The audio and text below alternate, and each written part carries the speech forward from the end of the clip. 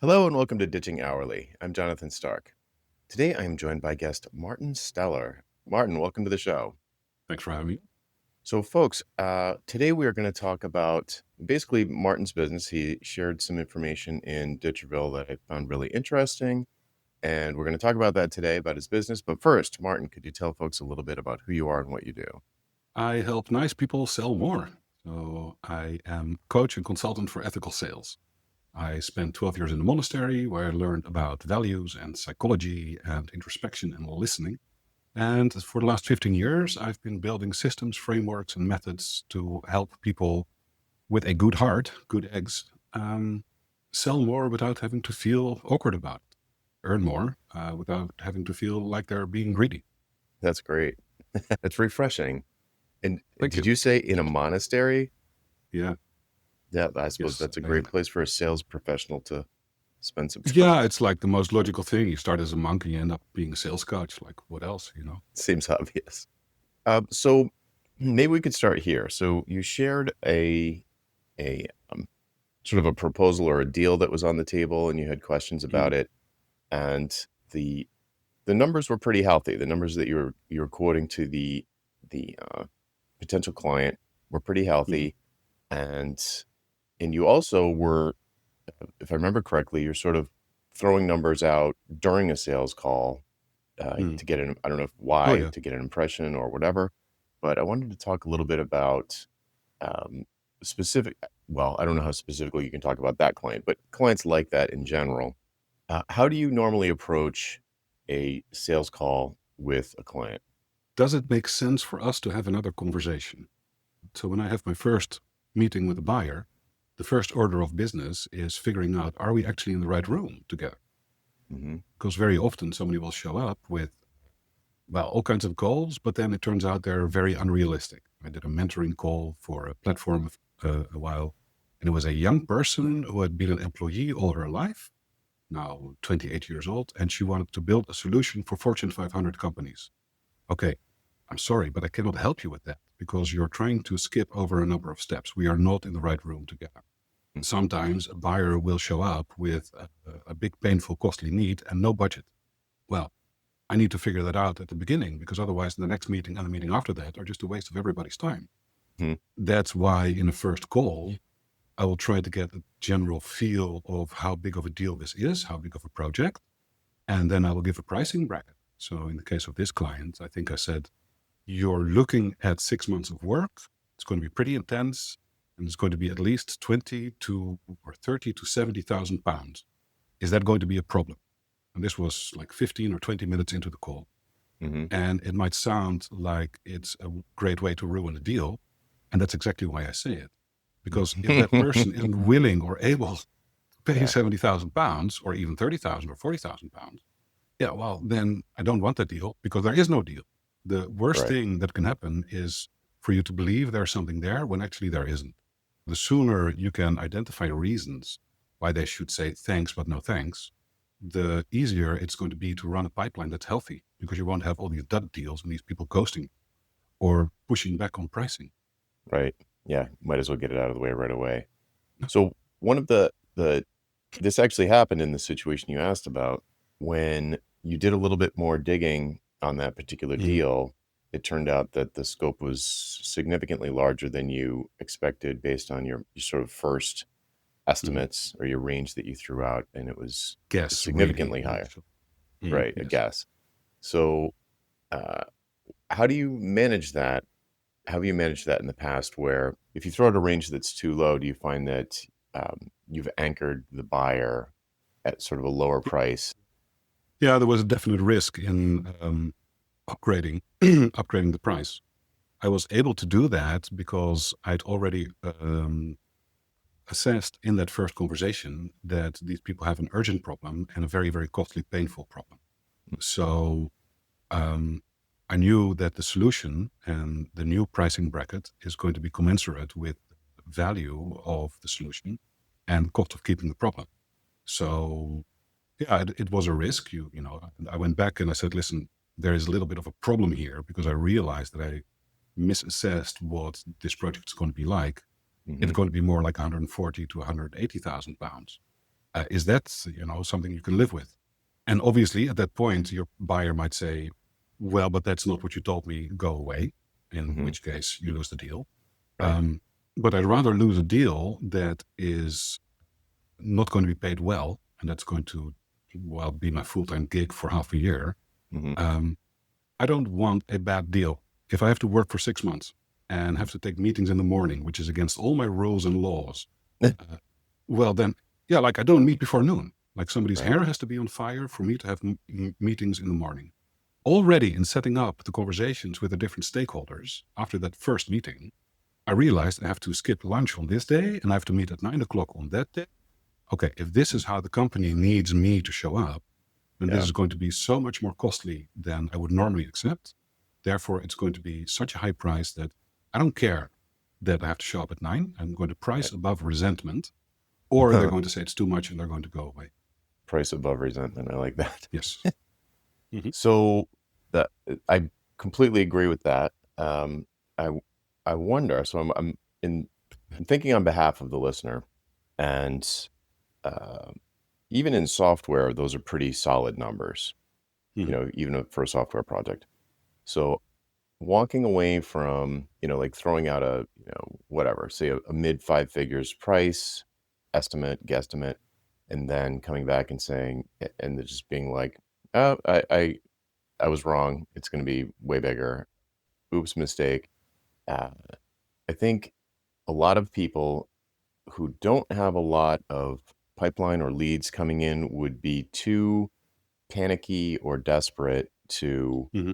potentially come back, and they would kind of lowball that second estimate. So they might say like the first estimate. Let's say they said, "Oh, I think it's going to be about 50,000. Should I meet with your Hmm. stakeholders? Is that okay?" And oh yeah, that's great. Okay, good. And then you talk to the stakeholders and you're like, well, I was off by a factor of three. This is probably more like $150,000 or euros. And and then they're like, oh no, I said it was going to be 50. And I think it's really realistically, it's more like 150. Um, I'll just say 75, because I Hmm. don't have any other deals coming in. I don't know when the next time I'm Hmm. going to have a fish on the line. So can you tell me a little bit about your context around being able to be picky with your clients? So you're being picky, like, oh, which is great. I'm picky too. It's like Oh, yeah. I don't want. For me, it's 11. I don't have calls before 11. So, Hmm. what is the context around that particular conversation in your business in terms of how often you have sales calls? So, if you only have one sales call a year, you're going to have Hmm. not you, but if someone only has one sales call a year, they're probably going to have a very different approach than if they have one sales call every week or day. Hmm. So how do you ensure Well, that yeah, well, first thing to do is to make sure you don't sign any deals that you shouldn't sign. So if you start at 50,000, but it should be 150,000, you're going to lowball it at 75,000, you're making a big mistake because you're going to be spending a lot of time working on a deal that every time you interact with that buyer, whether it's the emails or the work that you're doing, you're going to be annoyed, frustrated, and you're going to feel resentful because, damn it, I got the gig, but I'm not getting paid what I'm worth. I'm not getting what I should. That is something that you don't want with any buyer. You don't want to feel resentful when they show up, when they call you. You want to enjoy the work that you're doing for them. Second thing is, if you take a gig because you lowball the price, and that makes it then easy for the buyer to buy, you are doing something that is below your pay grade, below your ideal effective hourly rate. You're going to have to work hard to do the job and do it well. And all the time that you're spending, you're not able to work on deals that are more lucrative and more fair to you. So you're actually um, harming your own future self and your future earnings by taking a deal that's underpaid. If you were to reject that deal, because listen, guys, it's 150, take it or leave it, and they say, no, we're going to leave it, that means you have all the time in the world to go back to your pipeline work and look for better deals. right.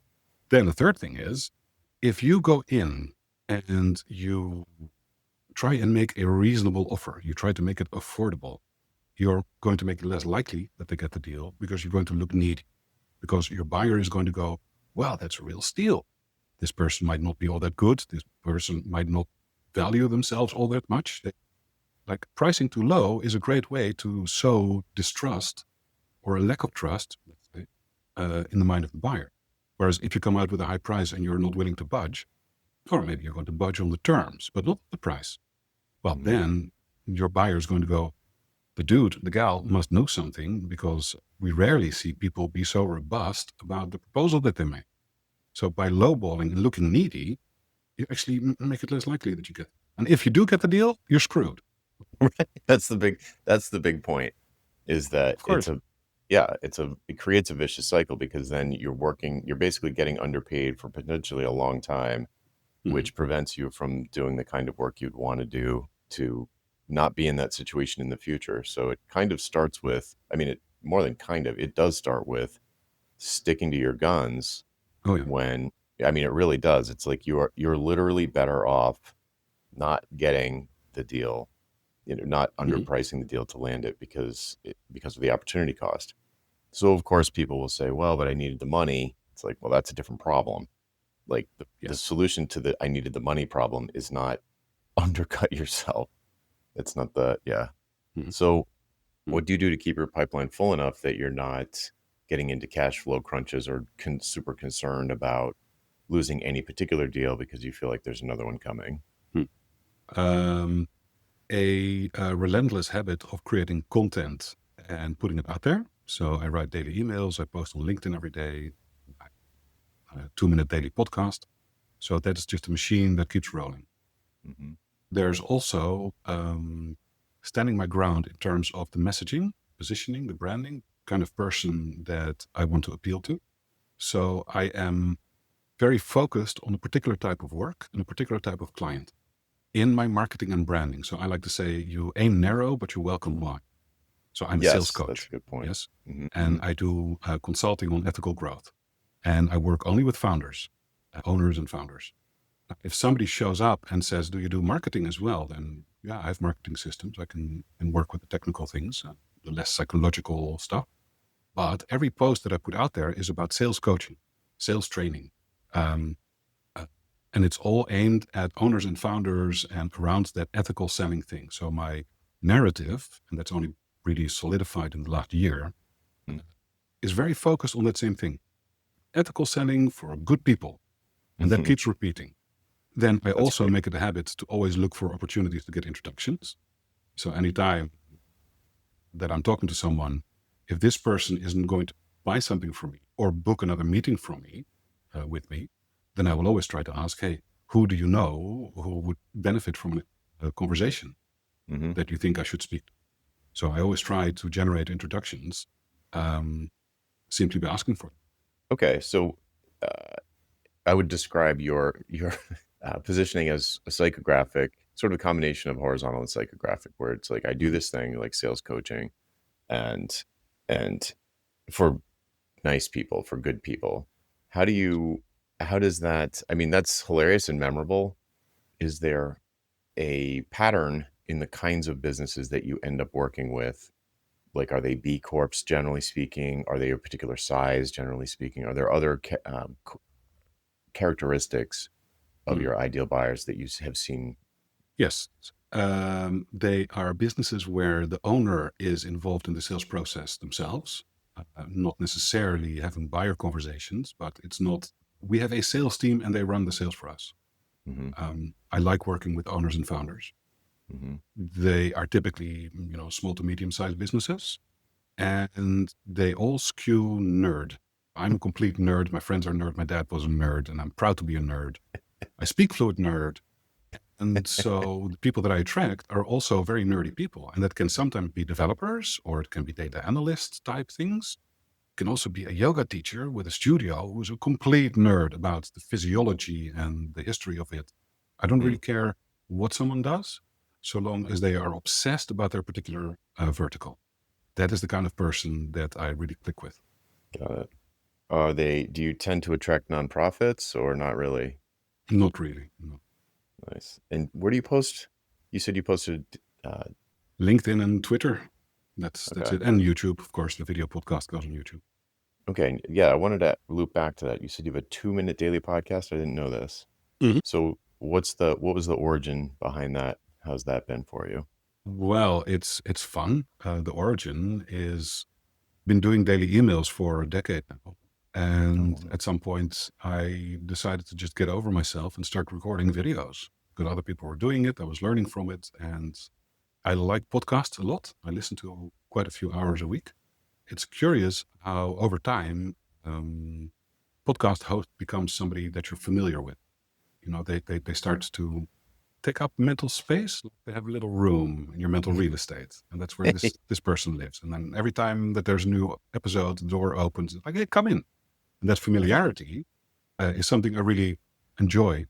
And I wanted to see if I can make that work for other people, Mhm. give them a similar kind of experience. So I did an experiment for 3 months a few years ago.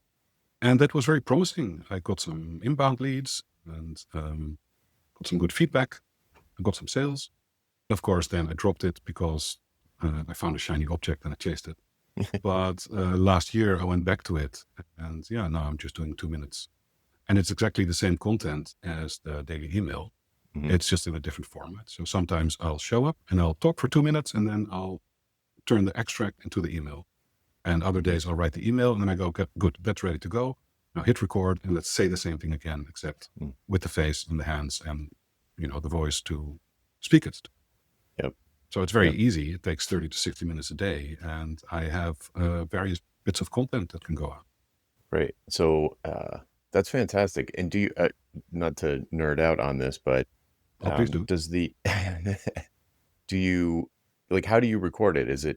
This is a very technical question, but I'm curious because Mhm. it's pretty, obviously, I'm sure you know, I also do a daily email Mhm. and I find that very easy, very frictionless. I find audio podcasting very easy and frictionless, but I find Mhm. video to be cumbersome. So, what do you do to streamline your process of creating these sort of every single day this 2 minute video? Well, let me tell you about my standard operating procedures because That I sounds good. I task everything out, right? I have Hmm. specific workflows for all things that I do.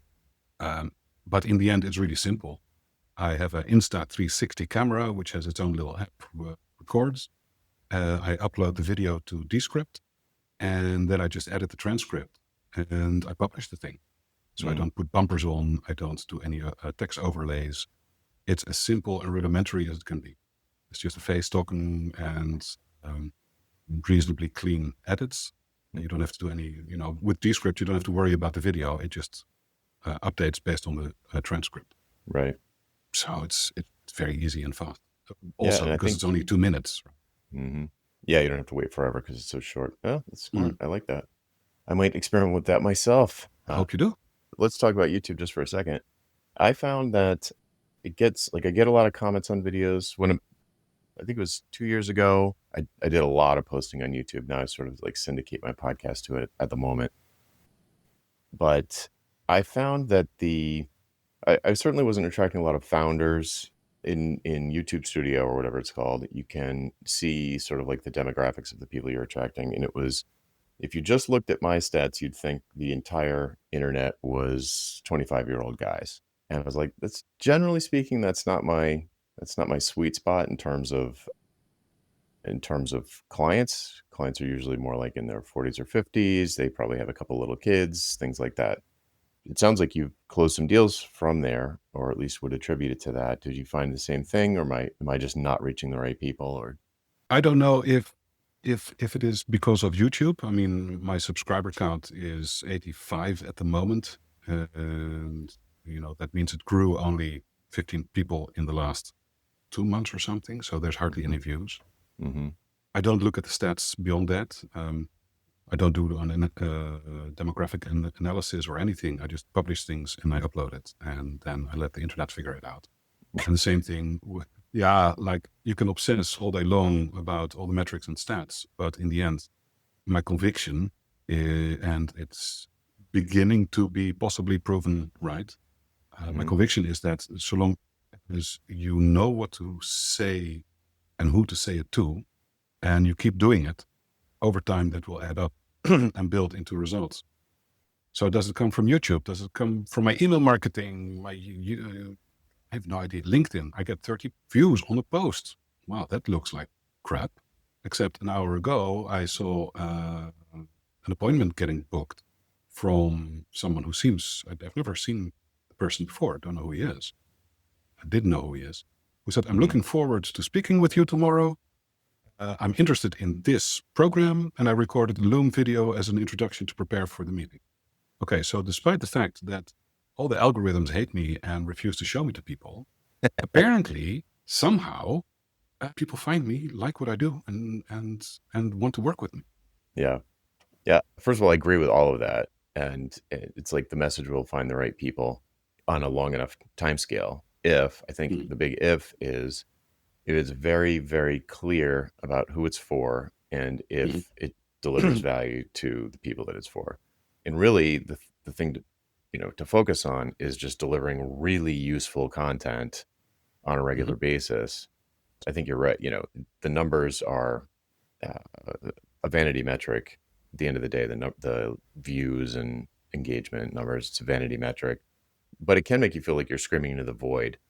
So where mhm. does your commitment come from to keep up with that daily pace across 3 channels, which is I mean, you make it sound like it's not that big a deal, but I know a lot of people think it is a really big deal.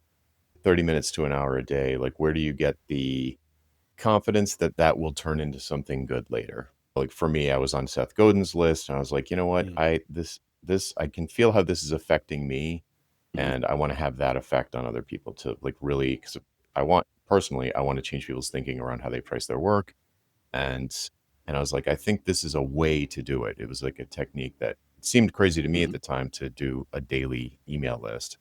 But where did you? Is there some origin story there where you were like convinced that doing daily was a good idea? Not really. I mean, well, there is an origin story. I was on Seth's list as well for many years, plus a couple of other people, one of whom teaches daily email marketing. And after a few years of reading that stuff, I thought, well, what if I give that a try as well? Because I don't do any marketing, I don't do list building, but I should at some point do it. So that was a decade ago. I just said, I'm going to do it for 30 days. I'm going to write a daily email for 30 days to my 70 subscribers or whatever and see what happens. And first thing that happened is my mastermind group started saying after a few weeks that, hey, you're beginning to hit your stride, you're finding your voice. And when they said that, I realized, hey, but I'm also more clear on what I want to do and what I want to say and how my things work and who I am for. Mm-hmm. So it was a therapeutic kind of experience to be writing every day. And that kept me going also because I started getting feedback from some of the readers.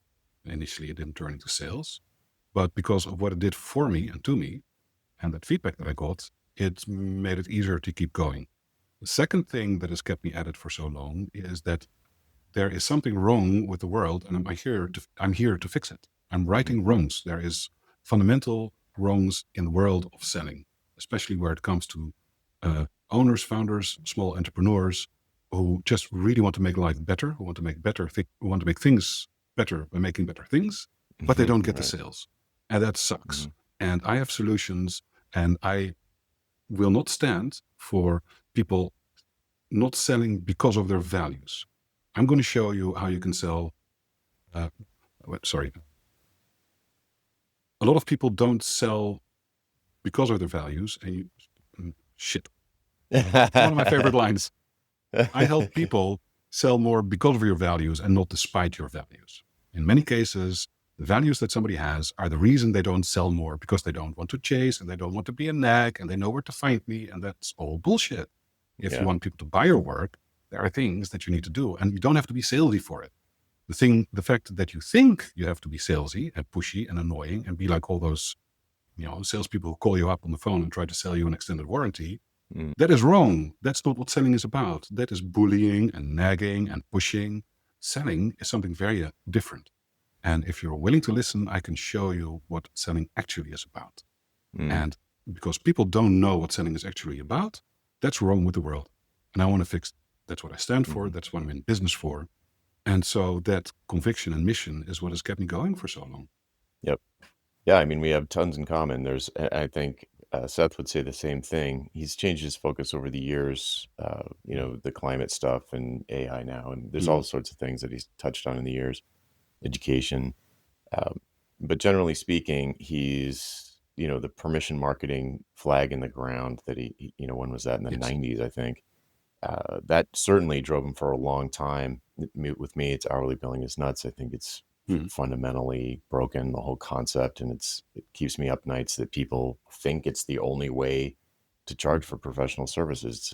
To me, it's insanity, Hmm. and it drives me nuts. So yeah, so it's one of the things one of the things I teach in Email 365 is not so a lot, not everybody has this vision for the future. Not everybody has a mission that they're on, but boy, does it help. It's Hmm. like it really Yes. helps. It helps give a gravitational center to the content solar system, all the different things you might write about.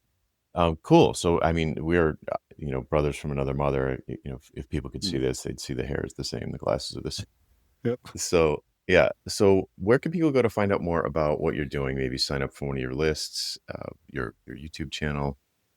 Um, Well, the YouTube channel is Martin Steller. If you want to see the content that I produce, which is the same thing as the daily emails, it's salesfornicepeople.com/academy. And if you go to salesfornicepeople.com, you see the business facing side with the work pages and things. I But love it. definitely go to the academy because I have a lot of content. It's all there for free. And if from what people tell me, it's very useful. And I write that for, good eggs to just finally get paid what the hell you're worth, guys, Mm, because almost everybody charges way too little. Stop doing mm, that. mm. Get sales for nice people in your system. Earn more. So sell more, serve more, earn more. Perfect. Great. Well, all the nice people that listen to Ditching Hourly should head over to salesfornicepeople.com/academy and check that out. Martin, thanks Thank so you. much for coming on. Thank you. All right, folks, that's it for this week. I'm Jonathan Stark, and I hope you join me again next time on Ditching Hourly.